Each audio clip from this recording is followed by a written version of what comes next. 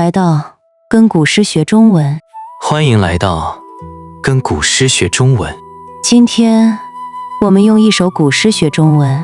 今天我们用一首古诗学中文。你有没有看见一朵花？你有没有看见一朵花？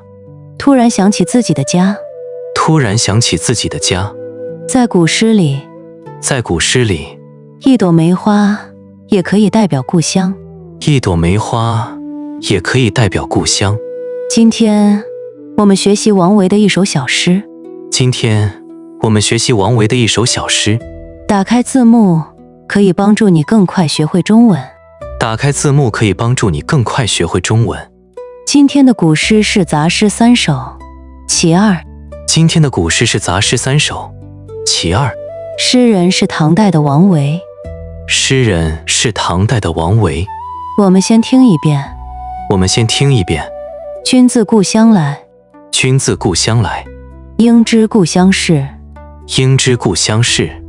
来日绮窗前。来日绮窗前。寒梅著花未。寒梅著花未。第一遍，请你先听。君自故乡来，应知故乡事。君自故乡来，应知故乡事。来日绮窗前，寒梅著花未。来日绮窗前，寒梅著花未。第二遍，请你跟我一句一句读。君自故乡来。君自故乡来。应知故乡事。应知故乡事。来日绮窗前。来日绮窗前。寒梅著花未。寒梅著花未。第三遍，我们只读最后一句。寒梅著花未。寒梅著花未。这首诗很短，但是很温柔。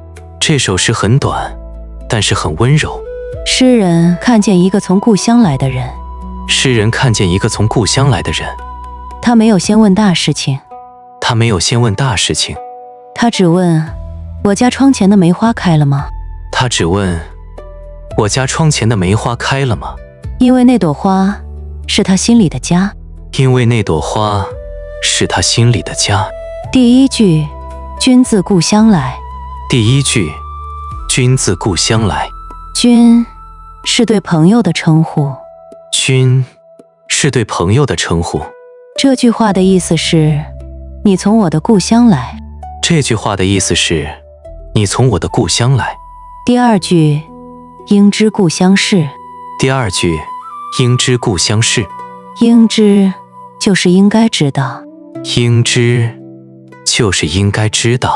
你应该知道我家乡的事情。第三句，来日绮窗前。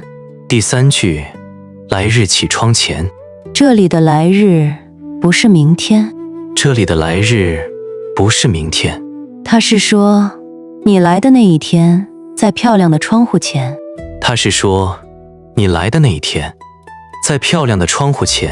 第四句，寒梅著花未。著花就是开花。那棵梅花开了吗？现在我们学习几个重要的中文词。这些词今天也可以用。故乡。我很想念故乡。我很想念故乡。窗户。窗户前有一朵花。窗户前有一朵花。梅花。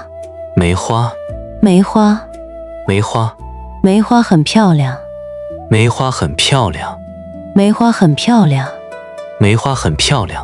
朋友。我的朋友来了。家乡。我的家乡有很多花。我的家乡有很多花。你从家乡来吗？你从家乡来吗？你从家乡来吗？你从家乡来吗？你知道家乡的事情吗？你知道家乡的事情吗？你知道家乡的事情吗？你知道家乡的事情吗？我家窗前的花开了吗？我家窗前的花开了吗？我家窗前的花开了吗？我家窗前的花开了吗？我看到花就想起故乡。我看到花就想起故乡。我看到花就想起故乡。我看到花就想起故乡。在这首诗里，我们看见一个很小的画面。在这首诗里，我们看见一个很小的画面。窗户前有一棵梅花。窗户前有一棵梅花。可是这个小画面里有很深的想念。可是这个小画面里有很深的想念。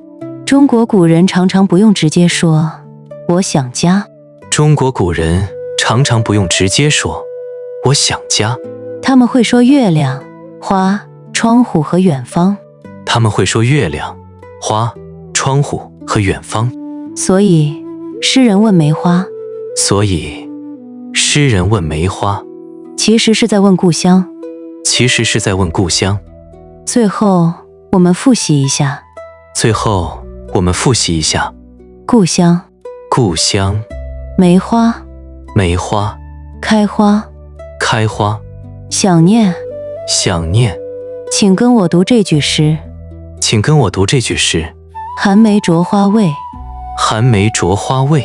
今天我们学到，今天我们学到，有时候一朵花也可以说出想家的心情。有时候一朵花也可以说出想家的心情。你家乡有什么特别的花吗？你家乡有什么特别的花吗？可以用中文告诉我。可以用中文告诉我。我们下次继续跟古诗学中文。我们下次继续跟古诗学中文。